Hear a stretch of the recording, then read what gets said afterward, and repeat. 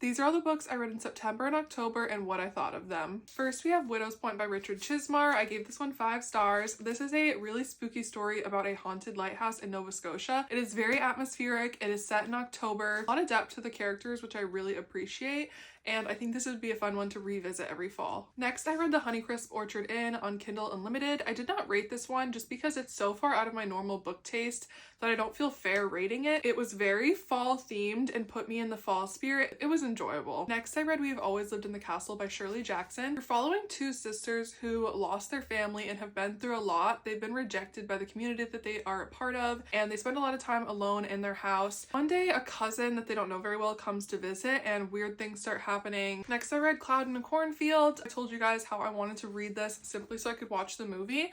I hated the movie, so I wouldn't recommend it, but as far as the book goes, I thought it was pretty good. I like how there was a lot of history about the small town culture and all of the things that go into that, good and bad. Next, I read The Whisper Man by Alex North. If you've ever seen True Detective, this book is so similar to season 1 of that show, so if you liked that, you would definitely like this. I really enjoy Alex North's writing. It's my second book by him, and I definitely want to continue reading more of his books. In October, I finished this book by Stephen Graham Jones, which actually has 2 different books printed together. In September, I had read Killer on the Road, and I liked this one. I gave it 4 stars. The best way I could describe it is your favorite 80s slasher meets Thelma and Louise or Smokey and the Bandit, that type of action-packed story. As far as The Babysitter Lives, I did not like it. I honestly felt like it could have been 100 pages shorter and kind of carried the same weight. Next, I read Look Closer, which you guys already know about. I absolutely loved this. This is definitely one of the best thrillers I have read in a long time. I feel like you have not read domestic suspense until you have read this book. I also read Falling Like Leaves by Misty Wilson. This is just a cute YA fall themed romance. Everyone's comparing it to Gilmore Girls. Honestly, I think it kind of stands on its own. It was definitely a good palate cleanser book in between all of these horror mysteries that I've been reading. I also really enjoyed the sprayed edges. I've never read a book with sprayed edges, and it just kept making me happy looking at the sides. I know that